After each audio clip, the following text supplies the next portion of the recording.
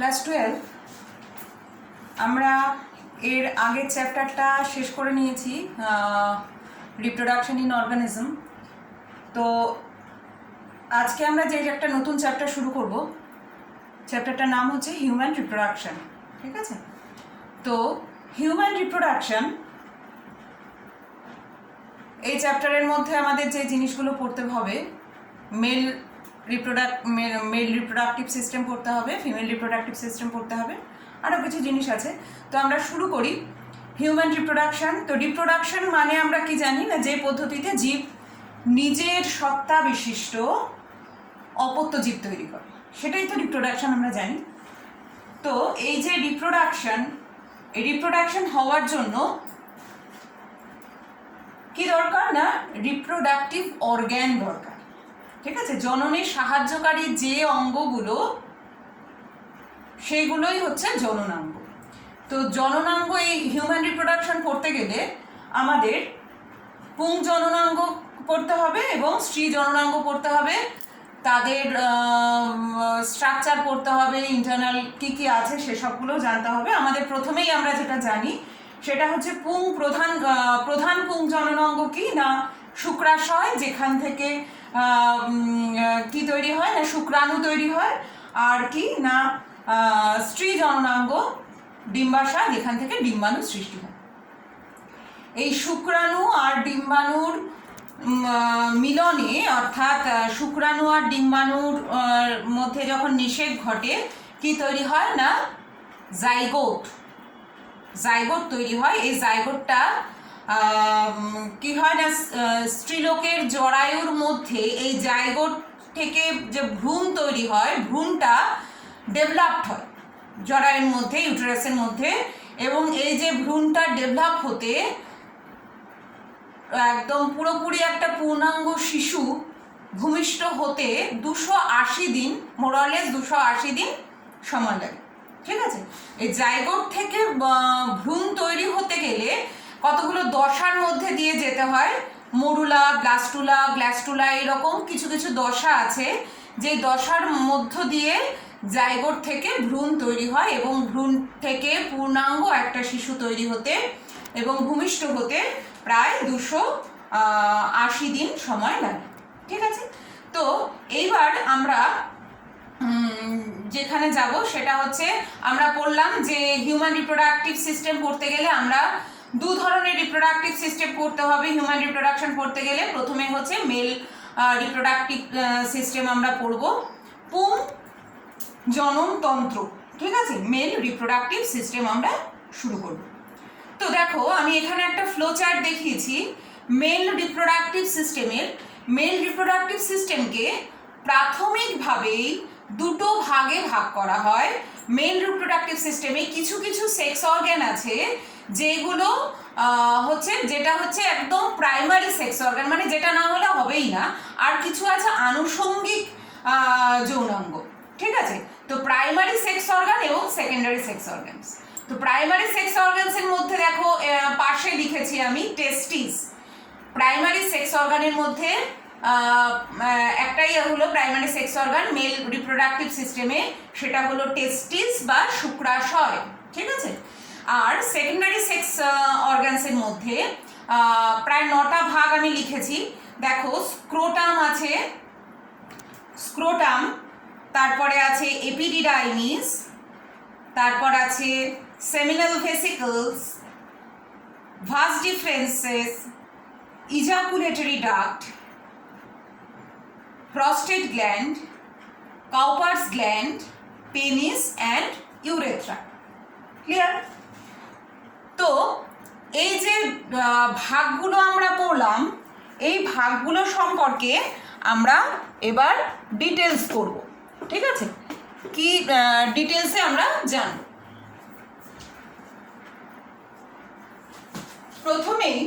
প্রথমেই আমরা যেটা পড়ব সেটা হচ্ছে স্ক্রোটাম। ঠিক আছে? স্ক্রোটাম বা শুক্রাশয়ের থলি, স্ক্রোটাম বা শুক্রাশয় থলি। ঠিক আছে? আচ্ছা, এটা সেকেন্ডারিতে আমরা আগে যাব না, আমরা আগে প্রাইমারি সেক্স অর্গান যেটা আছে সেটা সম্পর্কে আগে জেনে নিই। প্রথমেই আছে টেস্টিস, প্রাইমারি সেক্স অর্গান হচ্ছে টেস্টিস। তো এটা কোথায় থাকে না পুরুষ দেহের দেহ গহ্বরের বাইরে স্ক্রোটাম নামক একটা থলির মধ্যে এটা অবস্থান করে। এটা একটা ডিম্বাকার অংশ, যৌন অঙ্গ, যেখান থেকে শুক্রাণু উৎপন্ন হয়। তো সেটা হচ্ছে টেস্টিস, মেল প্রাইমারি সেক্স অর্গান, ঠিক আছে, টেস্টিস বা শুক্রাশয়। তো টেস্টিসের গঠন যদি দেখা যায়, টেস্টিসের গঠন দেখলে আমরা যে অংশগুলো দেখতে পাবো, দেখো একটা টেস্টিসকে যদি ডিসেকশন করা যায় তাহলে এই রকম কিছু অংশ দেখা যায়। তো টেস্টিসের সবটা হয়তো এখানে পয়েন্টিং এর মধ্যে হয়তো সব জিনিসটা দেখতে পাবে না, আমি কিছুটা বলছি, মুখে শুনে নাও। প্রত্যেকটা শুক্রাশয় বা টেস্টিসের বাইরে 3টে আবরণ থাকে, 3 লেয়ার। একদম যে বাইরের আবরণ টিউনিকা ভ্যাজাইনালিস, সেটাকে কি বলে? Tunica vaginalis. মাঝখানের আবরণটা হচ্ছে টিউনিকা অ্যালবুজিনিয়া, আর তারপরে কি আছে? টিউনিকা ভাস্কিউলোসা। তাহলে কি কি বললাম? বাইরের আবরণটা হচ্ছে টিউনিকা ভ্যাজাইনালিস, তারপর টিউনিকা অ্যালবুজিনিয়া, তারপর টিউনিকা ভাস্কিউলোসা। ক্লিয়ার? এই যে মাঝখানের যে অংশ টিউনিকা অ্যালবুজিনিয়া, এই টিউনিকা অ্যালবুজিনিয়া থেকে কিছু তন্তু নিচের দিকে নেমে আসে, এবং নেমে এসে দেখো ওখানে টিউনিকা অ্যালবুজিনিয়া পয়েন্ট করা আছে একটু পিঙ্কিশ কালারের। তো সেখান থেকে কিছু তন্তু নিচের দিকে নেমে আসে, নেমে এসে গোটা যে টেস্টিসের যে গহ্বরটা সেটাকে কতগুলো প্রকোষ্ঠে ভাগ করে দেয়। প্রত্যেকটা প্রকোষ্ঠে দেখো ইয়েলো কালারের অনেক ছোট ছোট কুণ্ডলীকৃত একটা জটলা পাকানো একটা নালী আমরা দেখতে পাচ্ছি, যেগুলোর নাম হচ্ছে সেমিনিফেরাস টিউবিউলস। সেমিনিফেরাস টিউবিউলস, ঠিক আছে। তো এই সেমিনিফেরাস টিউবিউলস গুলোর থেকে দেখো নালী বেরিয়েছে, রিজুন অনেকগুলো, মানে যে জটলাটা পাকানো আছে সেমিনিফেরাস টিউবিউলসের, সেখান থেকে এক একটা করে নালী বেরিয়েছে, দেখেছো প্রত্যেকটা প্রকোষ্ঠ থেকে। তো কি বলছে যে সেমিনিফেরাস টিউবিউলস গুলো পরস্পর যুক্ত হয়ে কতগুলো রিজু নালিকা গঠন করে, যে রিজু নালিকাগুলো আবার দেখো আরেকটু ওপর দিকে গিয়ে আবার একটা হলুদ বেশ কি হয়েছে না, একটা আবার একটা জটলা মতো তৈরি হয়েছে। সব রিজু নালিকাগুলো গিয়ে একটা আবার কুণ্ডলীর সৃষ্টি হয়েছে। কতগুলো রিজু নালিকা পরস্পর যুক্ত হয়ে যেটা তৈরি হয় সেটার নাম হচ্ছে রেটি টেস্টিস। এটাও পয়েন্ট করা নেই এখানে, তো কি লিখবে না, এটার নাম কি? রেটি টেস্টিস, ঠিক আছে। তো রেটি টেস্টিস, এই রেটি টেস্টিস গুলো আবার পরস্পর যুক্ত হয়, যুক্ত হয়ে তৈরি হয় ভাসা ইফারেন্সিয়া।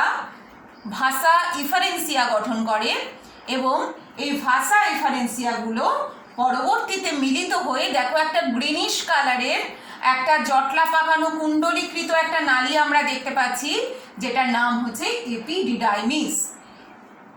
এপিডিডাইমিস, দেখো এপিডিডাইমিসের একটা দুটো পার্ট করে ভাগ করে লেখা আছে, একটা head of the epididymis and tail of epididymis. তাহলে আমরা কি জানলাম? এখানে শুক্রাশয়ের ডিসেকশন করলে আমরা কি দেখতে পাই? যে 3টে লেয়ার আছে। একদম বাইরে টিউনিকা ভ্যাজাইনালিস, মাঝখানে টিউনিকা অ্যালবুজিনিয়া, তারপরে আছে টিউনিকা ভাস্কিউলোসা। টিউনিকা অ্যালবুজিনিয়া থেকে কিছু তন্তু বেরিয়ে শুক্রাশয়কে কতগুলো প্রকোষ্ঠে ভাগ করে, সেই প্রকোষ্ঠগুলোর মধ্যে যে কুণ্ডলীকৃত নালিকা দেখতে পাচ্ছি সেগুলোকে বলা হয় সেমিনিফেরাস টিউবিউলস। এই সেমিনিফেরাস টিউবিউলস থেকে কতগুলো রিজু নালিকা বেরোচ্ছে, সেই রিজু নালিকাগুলো একত্রিত হয়ে যে কুণ্ডলী গঠন করে সেটাকে বলা হয় রেটি টেস্টিস। এবং এই রেটি টেস্টিসগুলো আবার মিলিত হয়ে কি তৈরি হয় না, ভাসা ইফারেন্সিয়া। এবং সেই ভাসা ইফারেন্সিয়াগুলো আবার একত্রিত হয়ে যে কুণ্ডলীকৃত নালিকার যে কুণ্ডলী তৈরি করে সেটার নাম হচ্ছে এপিডিডাইমিস, ঠিক আছে। তো এপিডিডাইমিস, এই এপিডিডাইমিস শুক্রাশয়ের পশ্চাৎ ভাগে কুণ্ডলীকৃতভাবে অবস্থান করে। এবার আমরা পড়ব শুক্রাশয়, এই যে টেস্টিস বা শুক্রাশয় যেটা মেল প্রাইমারি সেক্স অর্গান, এটার কাজ কি? এর প্রাথমিকভাবে দুটো কাজ, সেটা হচ্ছে শুক্রাণু উৎপন্ন করা। এটা হচ্ছে একটা মানে একদম প্রথম যে কাজ সেটা হচ্ছে শুক্রাণু উৎপন্ন করা। শুক্রাশয় সেমিনিফেরাস টিউবিউলসের মধ্যেই ওই যে যেখানে দেখেছো প্রকোষ্ঠগুলোর মধ্যে যে সেমিনিফেরাস টিউবিউলস আছে সেখানেই কিন্তু শুক্রাণু তৈরি হয়। আর কি হয়, দ্বিতীয় কাজটা কি, পুং যৌন হরমোন নিঃসরণ করা। ঠিক আছে, মেল সেক্স হরমোন রিলিজ করাটাও কিন্তু শুক্রাশয়ের একটা কাজ। শুক্রাশয়ের মধ্যে যে লিডিগের আন্তর্কোষ আছে সেখানে লিডিগের আন্তর্কোষ আইসিএইচ অর্থাৎ ইন্টারস্টিশিয়াল সেল স্টিমুলেটিং হরমোনের প্রভাবে একটা হরমোন তৈরি করে, মেল হরমোন, যেটার নাম হচ্ছে মেল সেক্স হরমোন, যেটার নাম হচ্ছে টেস্টোস্টেরন। ঠিক আছে, এটা হচ্ছে একটা। আর কি, সার্টোরি কোষ বলে একটা কোষ আছে, সেইখান থেকে ইনহিবিন নামক একটা হরমোন তৈরি হয়। তাহলে দুটো হরমোনের কথা আমরা এখানে পড়লাম, একটা হচ্ছে টেস্টোস্টেরন আর একটা হচ্ছে ইনহিবিন। ক্লিয়ার? আচ্ছা, এইখানটা একটা জিনিস মনে রাখতে হবে যে জন্মের পর কিন্তু শুক্রাশয়গুলো উদর গহ্বর থেকে ওই স্ক্রোটাম থলির মধ্যে নেমে আসে। ঠিক আছে, স্ক্রোটাম বা শুক্রাশয় থলি, সেই শুক্রাশয় থলির মধ্যে কিন্তু শুক্রাশয়গুলো নেমে আসে উদর গহ্বর থেকে। তো যদি এমন হয় যে জন্মের পর শুক্রাশয়গুলো উদর গহ্বরেই থেকে গেল, স্ক্রোটামে আর নেমে আসলো না, তখন সেই অবস্থাটাকে বলা হয় ক্রিপ্টরকিডিজম। কি বললাম? ক্রিপ্টরকিডিজম। ঠিক আছে, তো এই অবস্থাতে শুক্রাশয় দুটো উদর গহ্বরেই থেকে যায়, এক্ষেত্রে কিন্তু শুক্রাণু উৎপন্ন হয় না, কিন্তু যে মেল যে হরমোনটা অর্থাৎ টেস্টোস্টেরন কিন্তু খরিত হয়। তাহলে এই অবস্থাটাকে কি বললাম? ক্রিপ্টরকিডিজম। আর আরেকটা আছে হচ্ছে মোনার্কিজম। মোনার্কিজমের ক্ষেত্রে কি হয়, দুটো শুক্রাশয়ের একটা উদর গহ্বরে থেকে গেল আর একটা দেখা গেল স্ক্রোটাম থলিতে নেমে এসেছে। যদি এরকম একটা উদর গহ্বরে থেকে যায় একটা শুক্রাশয়, তাহলে সেই অবস্থাটাকে বলা হবে মোনার্কিজম। সেই অবস্থাটাকে বলা হবে মোনার্কিজম। ক্লিয়ার? আচ্ছা, এইবার আমরা আবার এইটা আমাদের জানা হয়ে গেল। এইবার দেখো মেল রিপ্রোডাক্টিভ সিস্টেমের এবার আমরা সেকেন্ডারি যে সেক্স অর্গানসগুলো আমরা পড়েছি, পরপর যেগুলো লেখা আছে, প্রথমেই আছে কি না স্ক্রোটাম। প্রথমেই আছে কি না স্ক্রোটাম। স্ক্রোটামটা কি? স্ক্রোটাম হচ্ছে একটা থলি, যেই থলিটার মধ্যে শুক্রাশয় দুটো অবস্থান করে। ঠিক আছে, শুক্রাশয় যে ডিম্বাকার যে শুক্রাশয় দুটো যে থলির মধ্যে অবস্থান করে সেটাই হচ্ছে স্ক্রোটাম। স্ক্রোটামের বাইরেও কিন্তু আবরণ থাকে, প্রায় 5টা স্তর।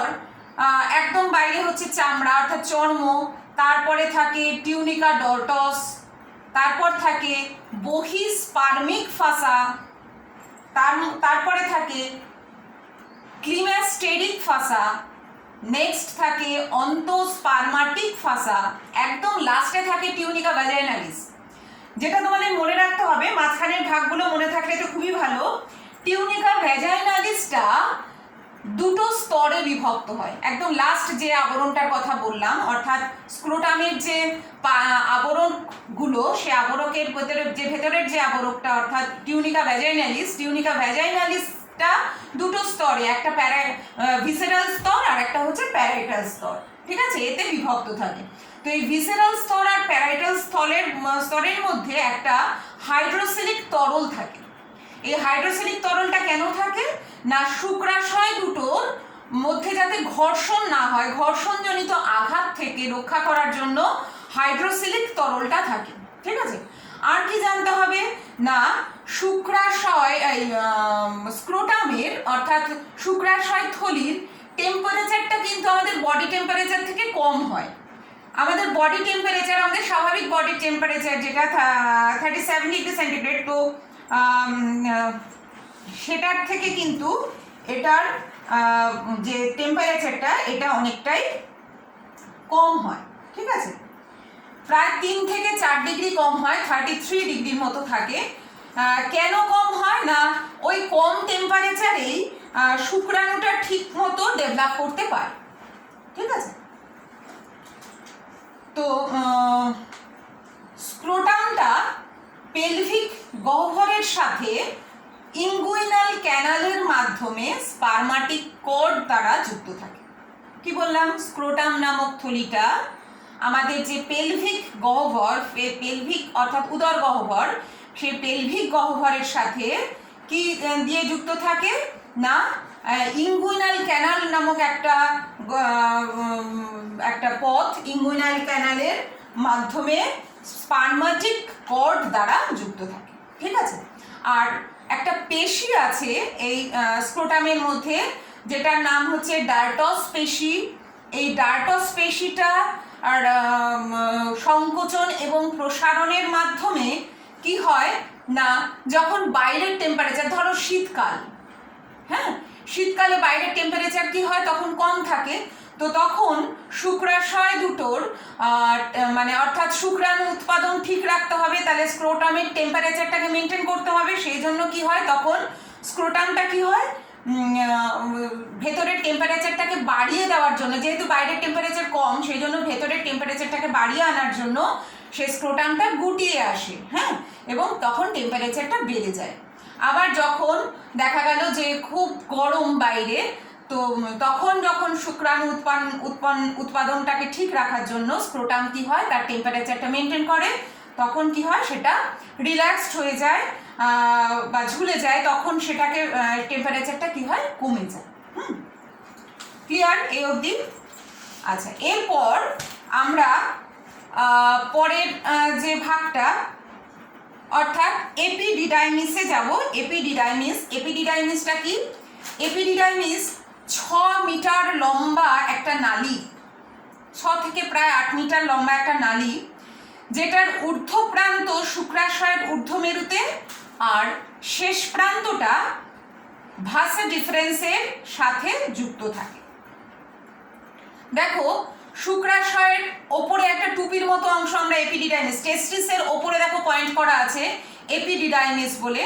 তো এপিডিডাইমিস আমরা এর আগেও পড়লাম, যখন এই স্ট্রাকচারটা পড়েছি, গ্রিন রঙের যে নালিকার কুণ্ডলীগুলো, সেটাকে আমরা বলেছিলাম এপিডিডাইমিস। তো সেই এপিডিডাইমিস দেখো, টেল অফ এপিডিডাইমিস আছে, হেড অফ এপিডিডাইমিস আছে। তো এই আকারটায় চলে এসো, এই ডায়াগ্রামটায় দেখো কি বলছে।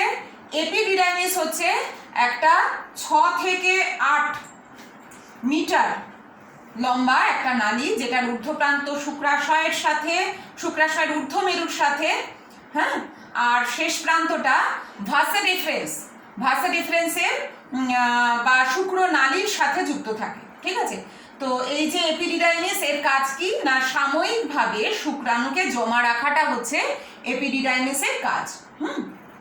ঠিক আছে, এবং শুক্রাণুকে জমাও রাখে এবং পুষ্টিও দেয়, শুক্রাণুকে পুষ্টিও প্রদান করে।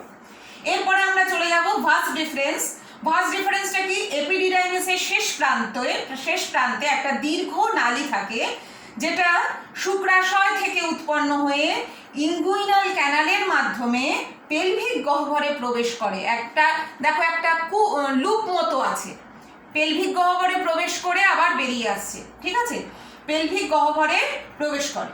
তো এটা হচ্ছে ভাস ডিফারেন্স বা কি বললাম, শুক্র নালী। ঠিক আছে, শুক্র নালী এ কি করে না, শুক্রাণুকে পরিবহন করে, শুক্রাণুকে পরিবহন করাটাই হচ্ছে এর কাজ। আচ্ছা, এরপর আমরা যেটা পড়ব সেটা হচ্ছে সেমিনাল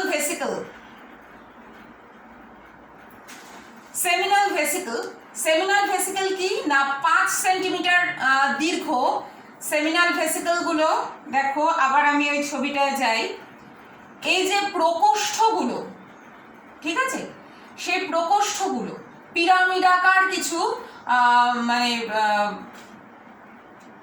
আচ্ছা এইখানটায় ছবিটা ঠিক মতো বোঝা যাচ্ছে না, আচ্ছা এইটাতে ভালো করে বোঝা যাচ্ছে। দেখো একদম যেখানে লুপ ফর্মেশনটা দেখা যাচ্ছে, শুক্রনালী যেখানে একটা লুপ ফর্মেশন করেছে, অর্থাৎ ভাস ডিফারেন্স যেখানে একটা লুপ ফর্মেশন করেছে, তার একটু নিচেই দেখো সেমিনাল ভেসিকল পয়েন্ট করা আছে, একটা পিরামিডাকার একটা অংশ, 5 সেন্টিমিটার দীর্ঘ পিরামিডের মতো একটা অংশ।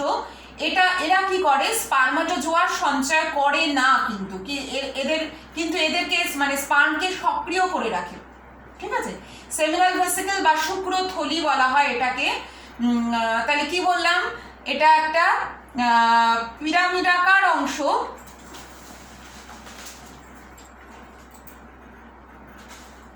আচ্ছা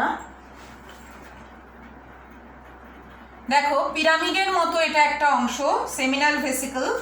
তো সেমিনাল ভেসিকল কি হয় না, সেমিনাল ভেসিকলটা 5 সেন্টিমিটার দীর্ঘ একটা পিরামিডাকার অংশ বা শুক্রথলি। এরা কিন্তু স্পার্মাটোজোয়া সঞ্চয় করে রাখে না, কিন্তু এদের সক্রিয় করতে সাহায্য করে। এক প্রকার ঘন তরল পদার্থ এরা ক্ষরণ করে, যেটা শুক্রাণুর সাথে মিশে যায়, শুক্রাণুর সাথে মিশে যায়। ঠিক আছে, এরপর আমরা যেটা পড়ব সেটা হচ্ছে ইজাকুলেটরি ডাক্ট। ইজাকুলেটরি ডাক্ট বা নিক্ষেপণ নালী। এই নালীর মাধ্যমে কি হয় না, শুক্রথলি থেকে মূত্র নালী, এই একটা নালী, যেই নালীটা শুক্রথলি থেকে মূত্রনালীতে উন্মুক্ত হয়। ঠিক আছে, এবং যখন মেটিং হয় এই নালীর মাধ্যমে কিন্তু শুক্রাণু মূত্রনালীতে নিক্ষেপিত হয়। ক্লিয়ার? এই নালীর মাধ্যমে শুক্রাণুটা মূত্রনালীতে নিক্ষেপিত হয়। এটা হচ্ছে ইজাকুলেটরি ডাক্ট বা নিক্ষেপণ নালী। ইজাকুলেটরি ডাক্ট বা নিক্ষেপণ নালী। সব পয়েন্টিং হয়তো এখানে দেখতে পাওয়া যাচ্ছে না, তোমাদের বইতে কিন্তু পেয়েই যাবে। বইয়ে দেখবে যে ডায়াগ্রাম আছে সেখানে দেখতে পাবে, কিছু নোট করলে করে রাখো। আচ্ছা, নেক্সট আমরা যেটা পড়বো সেটা হচ্ছে প্রস্টেট গ্ল্যান্ডস। প্রস্টেট গ্ল্যান্ডস মূত্রাশয়ের গোড়ায়, মূত্রাশয়ের গোড়ায় দেখো ওখানে প্রস্টেট গ্ল্যান্ড পয়েন্ট করা আছে। মূত্রাশয়ের গোড়ায় মূত্রনালীকে ঘিরে বা বেষ্টন করে একটা গ্রন্থি থাকে, যেটাকে বলা হয় প্রস্টেট গ্ল্যান্ড। এর ভেতর থেকে যে ক্ষরণ বেরোয় সেটা কি করে না, মূত্রনালীকে পিচ্ছিল করে এবং শুক্রস্খলন খুব সহজে হতে পারে। ঠিক আছে, আচ্ছা নেক্সট দেখো প্রস্টেট গ্ল্যান্ডের একটু নিচে বাল্বো ইউরেথ্রাল গ্ল্যান্ড বা এটাকে কাউপার্স গ্ল্যান্ডও বলা হয়, যেখানে লেখা আছে বাল্বো ইউরেথ্রাল গ্ল্যান্ড। প্রস্টেট গ্ল্যান্ডের জাস্ট নিচে দুটো মটর দানার মতো গ্রন্থি, যেটা প্রস্টেটের ঠিক নিচেই থাকে, এটাকে কাউপার্স গ্ল্যান্ডও বলা হয়, বাল্বো ইউরেথ্রাল গ্ল্যান্ডও বলা হয়। এর যে ক্ষরণ সেও কি করে না, মূত্রনালীকে পিচ্ছিল করতে সাহায্য করে। ঠিক আছে, নেক্সট আমরা আসছি যে সেকেন্ডারি সেক্স অর্গান, সেটা হচ্ছে পেনিস। এটা একটা মাস্কুলার জেনিটাল অর্গান, যার মাধ্যমে স্পার্ম ইজাকুলেশন হয় কোথায় না, ভ্যাজাইনাতে। ঠিক আছে, এটা গেল পেনিস। নেক্সট আসছে ইউরেথ্রা। ইউরেথ্রা, ইউরেথ্রাটা কি, প্রায় 20 সেন্টিমিটার দীর্ঘ একটা নালী। এর মধ্যে কিন্তু দুটো ভালভ থাকে, একটা ভেতরের দিকে থাকে, একটা বাইরের দিকে থাকে। একটা অন্তঃস্ফিংটার বা ইন্টারনাল স্ফিংটার, আর একটা হচ্ছে বহিঃস্ফিংটার। ঠিক আছে, একটা হচ্ছে দুটো ভালভ থাকে, আমি আবার বললাম 20 সেন্টিমিটার দীর্ঘ একটা নালী, দুটো ভালভ থাকে এখানে, একটা অন্তঃস্ফিংটার, একটা বহিঃস্ফিংটার। এই নালীর মাধ্যমে কি হয়, বীর্য এবং মূত্র উভয়ই কি হয় না, বাহিত হয়। ঠিক আছে, উভয়ই বাহিত হয়। ক্লিয়ার? এই অবধি বুঝতে পারলে?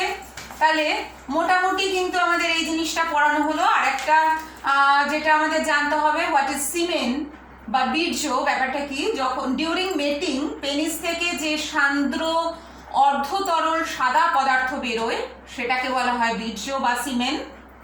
এটা একটা ক্ষারীয় পদার্থ, পিএইচ মোটামুটি 7.3 থেকে 7.5 হয়।